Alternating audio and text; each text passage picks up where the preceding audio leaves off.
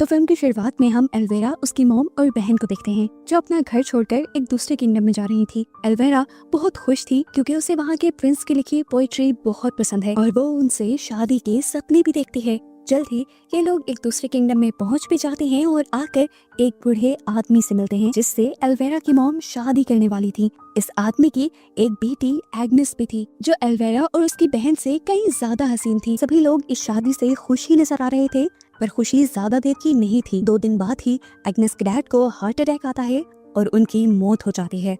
उनकी मौत की खबर सुनकर बहुत से लोग एग्नेस के घर पहुंच जाते हैं जिन्होंने एग्नेस के डैड से पैसे लेने थे। जब उन्हें पता चलता है कि एल्वेरा की मॉम से उनकी शादी हो गई थी तो वो एल्वेरा की मॉम को धमकाते हुए जल्द ही पैसे देने की डिमांड करते हैं, नहीं तो वो उनका ये महल जैसा घर और सारी जमीनें हथिया लेंगे। सच तो ये था कि एल्वेरा की मॉम के पास भी पैसे नहीं थे।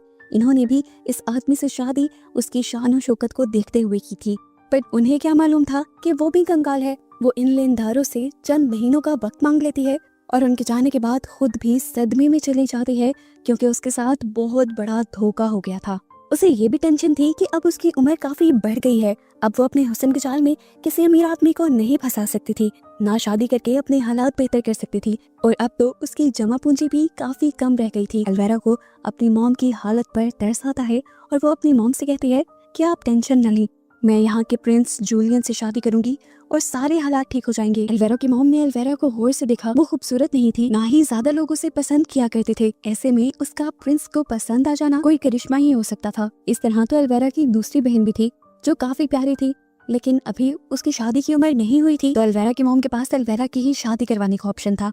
यहाँ एग्नेस भी अपनी इस लाइफ से काफी परेशान थी। इतनी सारी टेंशनों में जहाँ उसकी मॉम भी नहीं थी, अब उसके डैड भी चले गए थे।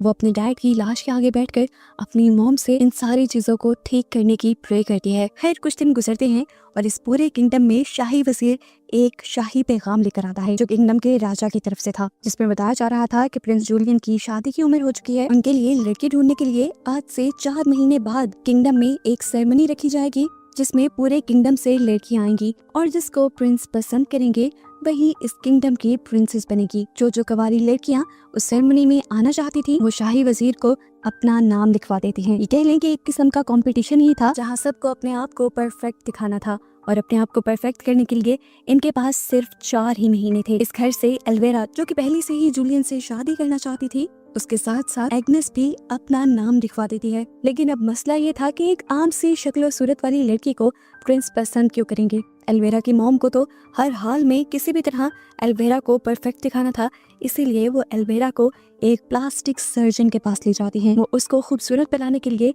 उसकी प्लास्टिक सर्जरी करवाने वाली थी और सर्जरी करवाने के पैसे भी उनके पास खास थे नहीं, लेकिन एल्वेरा की मॉम को बहुत यकीन था कि एल्वेरा की शादी जूलियन से हो जाएगी। इसलिए वो सर्जन से कहती हैं कि उस सेरेमनी के ठीक बाद मैं तुम्हें तुम्हारे पैसे दे दूंगी। सर्जन एल्वेरा की मॉम को बताते हैं कि वो एल्वेरा की आंख, नाक, दांत के साथ साथ उसकी ब्रेस्ट की भी सर्जरी करेंगे। सबसे पहले तो बहुत ही दर्दनाक और अजीब तरीके से वो एल्वेरा के ऊपर चढ़कर एक बहुत बड़े से टूल से उसके ब्रेसेस खींच के उखाड़ देता है, जिससे एल्वेरा को बेइंतहा दर्द होता है। अभी ये दर्द एल्वेरा का कम ही हुआ था कि अब वो अपने दूसरे सेशन के लिए आ गई, जहां अब डॉक्टर उसके नाक की सर्जरी करने वाले थे। वो उसकी नाक को दरमियान से काटकर हड्डी छोटी करके साइड से भी उसकी नाक को पतला करके नाक के ऊपर अजीब लोहे का मास्क लगा देते हैं, जिससे उसकी नाक खड़ी रहे और जल्दी शेप में आ जाए। ये सारा प्रोसेस इंतहाई दर्दनाक था, लेकिन एल्वेरा सिर्फ खूबसूरत बनने के लिए सह रही थी। खूबसूरती के साथ साथ एल्वेरा की शाही ट्रेनिंग भी जरूरी थी, इसीलिए उन्हें एक ऐसे स्कूल में लेकर जाया जाता है जहां पर मैनर्स और बॉल डांस सिखाया जाना था। इसी स्कूल में हम देखते हैं कि एग्नेस पहले से ही आ चुकी थी। मिस सोफी आकर सबको बताती हैं कि वो और उनके साथ ही उनको मैनर्स सिखाएंगे, चलने फिरने के, बोलने के और उठने बैठने के, और साथ में बॉल डांस भी। पर इतनी मेहनत के बाद भी सब लड़कियां उस सेरेमनी में नहीं जा पाएंगी। सिलेक्ट हुई सिर्फ 16 लड़कियों को ही आगे बढ़ने का मौका दिया जाएगा और वही उस सेरेमनी में जाएंगी। जल्द ही इनकी प्रैक्टिस शुरू कर दी जाती है। दिन गुजरते रहते हैं और हर दिन मिस सोफी देखते हैं कि एग्नेस यानी एल्वेरा की स्टेप सिस्टर, एल्वेरा से तो क्या पूरे ग्रुप से हर मामले में अच्छी थी। बहुत से मैनर्स उसे पहले से ही आते थे, उसका डांस भी बहुत अच्छा था और खूबसूरत तो वो भी इंतहा थी, वो भी नेचुरली। इसलिए मिस सोफी ये देखते हुए एग्नेस को फ्रंट पे ले आते हैं और एल्वेरा को बिल्कुल आखिरी लाइन में खड़ा कर देते, जहाँ पर कम खूबसूरत लड़कियों को खड़ा किया जाता है। अब एग्नेस और एल्वेरा घर आ जाते हैं और एग्नेस एल्वेरा की मॉम से रिक्वेस्ट करती हैं कि अब हमें मेरे डैड का फ्यूनरल कर देना चाहिए, हमें उनकी बॉडी को दफनाने की ज़रूरत है क्योंकि उनकी बॉडी सड़ने लगी है। तो इसके जवाब में एल्वेरा की मॉम उससे कहती हैं, मेरे पास इतने पैसे नहीं कि मैं वो फ्यूनरल कर सकूं, मैं अपने बचे हुए पैसे अपनी बेटी पर खर्च करना चाहती हूँ और तुम्हारे डैड का फ्यूनरल तो अब एल्वेरा के सिलेक्ट होने के बाद ही होगा। एल्वेरा ये बात सुनकर ये समझ जाती है कि उसकी मॉम को उससे बहुत ज़्यादा एक्सपेक्टेशन है, इसीलिए वो ज़्यादा मेहनत करना भी शुरू कर देती है और आहिस्ता आहिस्ता पिछली लाइंस में से आगे आने लगती है। फाइनली इनकी ये 40 दिन की ट्रेनिंग भी कंप्लीट हो जाती है और आज वो दिन आ जाता है जब मिस सूफी और इनकी साथी ने उन 16 लड़कियों के नाम अनाउंस करने थे जो आखिर उस सेरेमनी में जाने के लिए सिलेक्ट हुई थी। एल्वेरा जब लिस्ट देखती है तो वो शौक रह जाती है कि एग्नेस का नाम इस लिस्ट में सबसे ऊपर था और एल्वेरा का नाम सबसे नीचे। लेकिन सब लोग एल्वेरा के सबसे नीचे होने पर भी हैरान थे क्योंकि फुल टाइम उसके नाक पे एक पट्टी बंधी हुई थी जो उसकी खूबसूरती पे एक बहुत बड़ा धब्बा थी। अब इन 16 लड़कियों की अगली ट्रेनिंग शुरू कर दी जाती है। जब इन लड़कियों को पॉल डांस सिखाया जा रहा था तो एल्वेरा इतने अच्छे से वो नहीं कर पा रही थी जितने अच्छे से एग्नेस कर रही थी, इसीलिए एल्वेरा को वो पीछे कर देती है और यहाँ पर एल्वेरा फील करती है कि मिस सोफी उसके साथ काफ़ी रूड हो रही हैं और यहाँ पर मिस सोफी उसे बता भी देती है कि तुम्हारा सिलेक्शन यहाँ तुम्हारे बल पे नहीं हुआ बल्कि तुम्हारी मॉम के पैसों के बल पे हुआ है, तुम्हारी मॉम ने तुम्हारा सिलेक्शन करवाने के लिए पैसे दिए थे। ये सुनकर एल्वेरा और दुखी हो जाती है क्योंकि उसमें वो बात ही नहीं थी जो किसी को पसंद आए। घर पर एल्वेरा की मॉम एल्वेरा के लिए एक डिजाइनर को बुलवाती हैं ताकि उसके लिए बेहतरीन से बेहतरीन सूट बनाए जा सके, लेकिन यहाँ पर देखा जाता है कि एल्वेरा काफी मोटी है क्योंकि वो बहुत ज्यादा खाना खाती थी। अब डिजाइनर एल्वेरा की मॉम से कहते हैं कि अगर उसे खूबसूरत कपड़े पहनने हैं तो उसे पतला होना पड़ेगा, इसीलिए एल्वेरा की मॉम उसे डाइट करवाना शुरू कर देती हैं और खाने में सिर्फ उसे नींबू पानी देती हैं ताकि जल्द ही उसका वेट लॉस हो। अगले दिन हम देखते हैं कि मिस सोफी 16 की 16 लड़कियों से अलग-अलग मिल रही थी। वो उनसे बात करके उनकी अंदर की खूबसूरती जानना चाहती थी। यहाँ पर भी एग्नेस पहली पोजीशन ले जाती है। वो एल्वेरा से आकर मिलती हैं और उससे बात करती हैं तो उसकी सोच सुनकर उन्हें उस पर तरस आने लग जाता है कि किस तरह सोसाइटी में फिट होने के लिए वो तकलीफ सह रही थी और मेहनत कर रही थी और इस पूरे टाइम में वो जब से यहाँ थी सबकी तरफ से मजाक बनाए जाने के बावजूद भी आज भी वो हिम्मत से खड़ी थी और अभी भी अपनी सिलेक्शन की उम्मीद लिए खड़ी। मिस सोफी को उस पर रहम आ जाता है और वो उसकी मदद करने के लिए उसकी सेहतमंद बॉडी को पतला करने के लिए उसे एक सीक्रेट चीज देती है। अब इसके अंदर क्या था ये हमें तब पता चलता है जब एल्वेरा इसे अपनी बहन को दिखाती है। इसके अंदर एक टेप वर्म का एग था। वो बताती है कि मिस सोफी ने मुझसे कहा है कि मैं अगर इसे खा लूंगी तो इसको खाने के बाद मैं जितना कुछ भी खाती रहूंगी मेरा वजन कम रहेगा और मैं जल्द ही पतली हो जाऊंगी और एक मरतबा मेरी शादी प्रिंस जूलियन से हो गई तो मैं ये एंटीडोट खाकर अपने अंदर के टेपवर्म को मार दूंगी। ये सारी बातें तो एल्वेरा को मिस सोफी ने बताई थी, लेकिन एल्वेरा को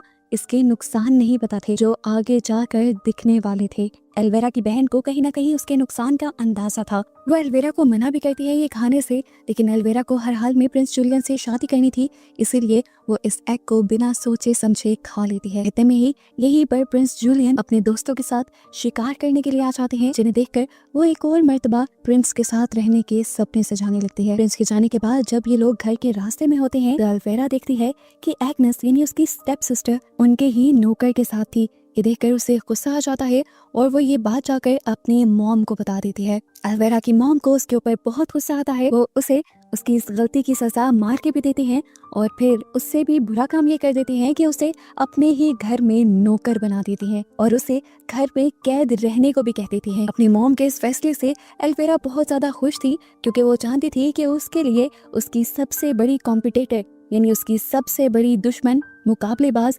उसकी बहन एग्नेस ही है। आज उसने टेपवर्म भी खा लिया था तो उसे कोई टेंशन नहीं थी कि उसे पतला भी होना है। वो अपनी मॉम से छुपाकर बहुत सारा खाना खाती है और उसे ये खाना एग्नेस ने ही लाकर दिया था क्योंकि कहीं ना कहीं एग्नेस भी चाहती थी कि एल्वेरा पतली ना हो। अब कहानी में 3 महीने का वक्त गुजर जाता है। फाइनली एल्वेरा के नाक से उसका ये मास्क हट जाता है और दिखाया जाता है कि उसका नाक बहुत ही खूबसूरत शेप में आया था।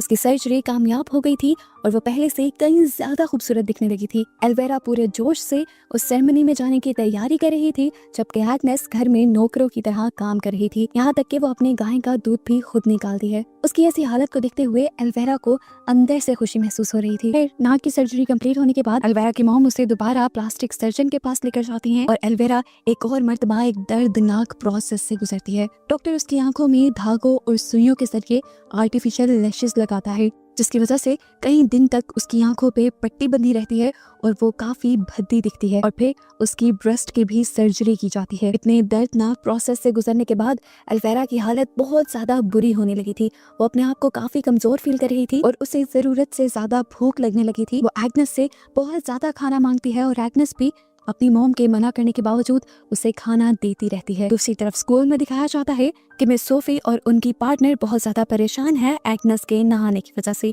क्योंकि पूरे ग्रुप को प्रेजेंट करने वाली एग्नेस ही थी। वो जब एल्वेरा की मॉम से भी एग्नेस के बारे में पूछती हैं तो एल्वेरा की मॉम उनसे झूठ बोल देती हैं कि एग्नेस अपने डैड की मौत की वजह से बहुत ज्यादा परेशान है और उसने किसी भी चीज में इंटरेस्ट लेना छोड़ दिया है। इसीलिए मिस सोफी अब एग्नेस की जगह एल्वेरा को दे देती है, क्योंकि इतनी सारी सर्जरीज के बाद एल्वेरा भी अब एग्नेस की तरह खूबसूरत दिखने लगी थी। रात में हम देखते हैं कि एग्नेस जब एल्वेरा के लिए चुपके से खाना लेकर आ रही थी तो वो उसके बाल बनाने लगी और बाल बनाते हुए उसके बहुत सारे बाल झड़ने लग गए, जो देखकर एल्वेरा बहुत ज्यादा परेशान हो गई। ऐसा इसलिए हो रहा था क्योंकि उसने जो टेप वर्म खाया था वो उसे पतला रखने के साथ साथ उसके अंदर के सभी न्यूट्रिशन भी खा रहा था, जो बालों को घना और खूबसूरत दिखाने के साथ साथ हमें भी खूबसूरत दिखाने में मदद करते हैं। अब जैसे ही एल्वेरा की मॉम को ये पता चलता है कि एल्वेरा बॉल डांस की ओपनिंग डांसर बन चुकी है, यानी एग्नेस की जगह रह चुकी है, तो वो उसके लिए एक बहुत ही खूबसूरत ड्रेस बनवाती है, जो उनके पहले बनाए ड्रेस से भी काफी अच्छा था। इतनी ही देर में इनके पास एग्नेस भी आ जाती है, जिसके साथ ये सारे लोग मिलकर बहुत बुरा सलूक करते हैं, क्योंकि एग्नेस को देखकर ये सारे जल रहे थे। एग्नेस के पास नेचुरल खूबसूरती जो थी, डिजाइनर एल्वेरा को जब ड्रेस पहना रहा था तब उसे भी पता चल गया कि एल्वेरा के बाल झड़ रहे हैं, इसीलिए वो एल्वेरा के लिए एक विग भी बना लाता है, जिससे उसकी इस बदसूरती को भी छुपाया जा सके। यहाँ एग्नेस ने भी अब फैसला कर लिया था कि वो बॉल डांस में जाएगी जरूर, इसीलिए वो अपनी मॉम का बॉल डांस गाउन निकाल लेती है। ये गाउन बहुत ही ज्यादा खूबसूरत थी और कीमती भी, क्योंकि किसी टाइम पर एग्नेस की मॉम यहाँ की सबसे खूबसूरत और सबसे अमीर लेडी हुआ करती थी। एल्वेरा की नजर जैसे ही उसके इस गाउन पे पड़ती है तो वो जलसी से पागल हो जाती है और पकड़कर उसका पूरा गाउन ही फाड़ देती है। अपने गाउन के फटते ही एग्नेस पूरी तरह से टूट गई थी। वो अपने गाउन को लेकर अपनी डैड की सड़ती हुई बॉडी के पास जाकर रोने लग जाती है, क्योंकि उसके पास अब कोई और चारा नहीं था इस कैद से निकलने का। उसको रोता हुआ देखकर यहाँ रोशनी में उसकी असली मॉम की सोल आ जाती है, जिनको उसकी हालत पे रहम आ गया था। वो उसे जादुई जूते देती है और वही सिंड्रेला वाली शर्तें उसे बताती है कि तुम ये पहनकर बॉल डांस में जाना। जैसे ही तुम इसे पहनोगी, बाहर एक कद्दू तुम्हारे लिए एक काठी में बदल जाएगा और तुम्हें महल तक ले जाएगा। लेकिन याद रखना, 12 बजते ही सारी चीजें अपनी असल शक्ल में आ जाएंगी और तुम वहाँ से भाग आना। लेकिन कहानी में एक छोटा सा चेंज ये था कि एग्नेस की मॉम ने उससे अपना मुंह छुपाने की भी शर्त रखी थी। इस चीज से एग्नेस काफी खुश हो जाती है और जब वो यहाँ से जाती है तो हम देखते हैं कि उसकी डैड की लाश के कीड़े उसके ड्रेस को भी वापस बुन बुन कर ठीक कर देते हैं। आखिर वो रात आ ही जाती है जिसका सबको इंतजार था। एल्वेरा बॉल डांस की ओपनिंग करती है और यहाँ पर मौजूद सभी लोग एल्वेरा की खूबसूरती में खो जाते हैं, ये जाने बगैर कि ये सारी खूबसूरती आर्टिफिशियल थी। प्रिंस जूलियन भी जब यहाँ आते हैं तो सारी लड़कियों को छोड़कर एल्वेरा को ही अपनी बॉल डांस पार्टनर के तौर पे चुनते हैं और डांस शुरू हो जाता है। अब एल्वेरा की वजह से एल्वेरा की मॉम को भी यहाँ पर मौजूद सभी अमीर लोग बहुत भाव दे रहे थे। एल्वेरा बहुत खुश थी, सब बिल्कुल ठीक चल रहा था, क्योंकि जैसा उसने सोचा था वैसा ही हो रहा था। उसकी मेहनत रंग ला रही थी, लेकिन बस ये सब कुछ ही लम्हे के लिए था, क्योंकि कुछ ही देर में यहाँ पर एक नकाब पहने खूबसूरत ब्लू गाउन में लड़की आ जाती है, जिसके इर्द गिर्द ऐसा जादुई माहौल था कि महफिल में मौजूद सभी लोग उसकी तरफ अट्रैक्ट हो गए और ना चाहते हुए भी प्रिंस एल्वेरा को छोड़कर उस लड़की के पास चला गया। जूलियन अब उस नकाब वाली लड़की के साथ यानी एग्नेस के साथ डांस करना शुरू कर देते हैं और जैसे ही डांस करते हुए प्रिंस एग्नेस के ऊपर झुकता है तो एग्नेस का भी नकाब उतर जाता है और एल्वेरा उसे पहचान लेती है कि ये एग्नेस है। एग्नेस जानती थी कि एल्वेरा अब कोई ना कोई उसके लिए मुसीबत खड़ी कर देगी, इसीलिए वो सब कुछ छोड़कर यहाँ से बाहर भागने लग जाती है। प्रिंस उसके पीछे भागता है उसे रोकने के लिए, लेकिन वो रुकती नहीं और बिल्कुल सिंड्रेला वाली कहानी की तरह उसका एक जूता सीढ़ियों पर ही रह जाता है, जिसे उठाकर किंग वापस अपने महल के अंदर आता है और ये ऐलान करता है कि ये जूता पूरे किंगडम की लड़कियों को पहना कर दिखाया जाएगा और जिसको ये जूता पूरा आएगा वही यहाँ की प्रिंसेस बनेगी। एल्वेरा गुस्से में घर आती है। वो जानती थी कि वो लड़की एग्नेस ही है और दूसरा जूता उसी के पास होगा, इसीलिए वो आते ही एग्नेस के ऊपर हमला कर देती है, उसे खूब मारती है और उसके पाँव से वो जूता निकाल लेती है। वो इस जूते को अपना बनाना चाहती थी, लेकिन जैसे ही वो इस जूते को पहनती है तो उसे पता चलता है कि इस जूते का साइज उसके लिए बहुत छोटा है। वो सोच जतन करती है, फिर भी ये जूता उसके पाँव में फिट नहीं आता। ये जूता उसे इसलिए भी पूरा नहीं आ रहा था क्योंकि ये एक जादुई जूता था जो सिर्फ एग्नेस के ही पाँव में पूरा आने वाला था, क्योंकि ये उसे एग्नेस की मॉम ने दिया था। लेकिन अनजान और जुनून में आई एल्वेरा इस जूते में पूरा आने के लिए अपना पाँव काटने का फैसला कर देती है और एक बड़ा सा चाकू लेकर जोर से अपने पाँव पे मारती है, जिससे उसकी सारी उंगलियां कट जाती हैं। उसे बहुत ज्यादा दर्द सहना पड़ता है, जिस दर्द से वो बेहोश भी हो जाती है। उसकी ये हालत देखते हुए यहाँ पर उसकी मॉम और बहन आ जाती हैं और उसकी बहन को एल्वेरा पे बहुत तरस आता है कि उसने सिर्फ प्रिंस से शादी करने के लिए कितने जतन किए, कितनी तकलीफें सही। जब वो बेहोश थी तो उसकी बहन ने उसकी मॉम को बताया कि इस टाइम एल्वेरा ने गलत पाँव काट लिया था, प्रिंस के पास जो जूता था वो दूसरे पाँव का था। ये सुनकर एल्वेरा की लालची मॉम उसकी बेहोशी में ही उसका दूसरा पाँव काटने का फैसला करती है और पहले वाले ही चाकू लेकर वो उसके दूसरे पाँव की भी सारी उंगलियां काट देती है। ये देखकर एल्वेरा की बहन शॉक में रह गई। उसे यकीन नहीं आ रहा था अपनी मॉम पे कि उसकी मॉम पैसों की इतनी लालची हो सकती है कि पैसों के लिए किसी भी हद तक कर सकती है, यहाँ तक कि वो अपनी बेटी को तकलीफ भी दे सकती है। उसे ये बात पता चल गई थी कि उसकी मॉम पागल है। एल्वेरा अब दर्द में लेटी हुई थी। 2 दिन गुजर जाते हैं और उसकी आंख एक अनाउंसमेंट से खुलती है जिसमें बताया जा रहा था कि प्रिंस जूलियन खुद उनके घर की तरफ आ रहे हैं उस जूते को चेक करने के लिए। दर्द में घिरी एल्वेरा किसी तरह उठती है और यहाँ से जाने की कोशिश करती है, पर उससे चला नहीं जा रहा था। वो बेड से नीचे भी गिर गई, खड़ा उससे हुआ नहीं जा रहा था,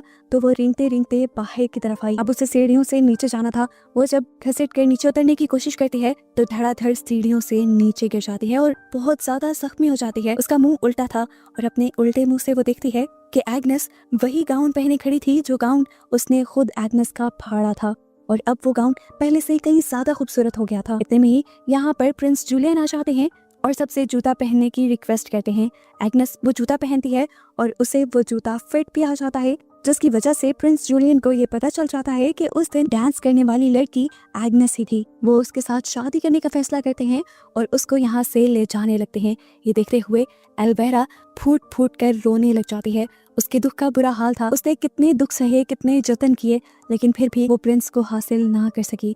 उसकी हालत देखते हुए यहाँ उसकी बहन आती है जिसे उसके ऊपर बहुत ज्यादा तरस आ रहा था। वो एल्वेरा को जल्दी से वो एंटीडोट पिलाती है जो उसे मिस सोफी ने दिया था उसके अंदर के टेप वर्म को मारने के लिए। इस एंटीडोट के पीते ही उसे उल्टी होती है, जिससे उसके अंदर का टेप वर्म बाहर निकलने लगता है। उसकी बहन खींच खींच कर इस पूरे टेप वर्म को बाहर निकाल देती है और एल्वेरा की हालत पहले से कुछ बेहतर हो जाती है। जिसके बाद एल्वेरा की बहन एल्वेरा को मोटे कपड़े पहनाकर अपने साथ यहाँ से भागने को कहती है, क्योंकि वो जानती थी कि उसकी मॉम पैसे के पीछे पागल हैं और ऐसे में वो उन्हें नुकसान भी पहुंचा सकती हैं। अपने आप को बचाने के लिए कि दोनों बहनें अपनी मॉम को छोड़कर यहाँ से भाग जाती हैं, ताकि वो अपनी आगे की जिंदगी आसानी से जी सकें और अपनी लालची मॉम के बहकावे में आके एल्वेरा की तरह और ज्यादा गलत काम ना करें। इनको उस महल से दूर जाता दिखाते हुए ही ये कहानी यहाँ पर खत्म हो जाती है।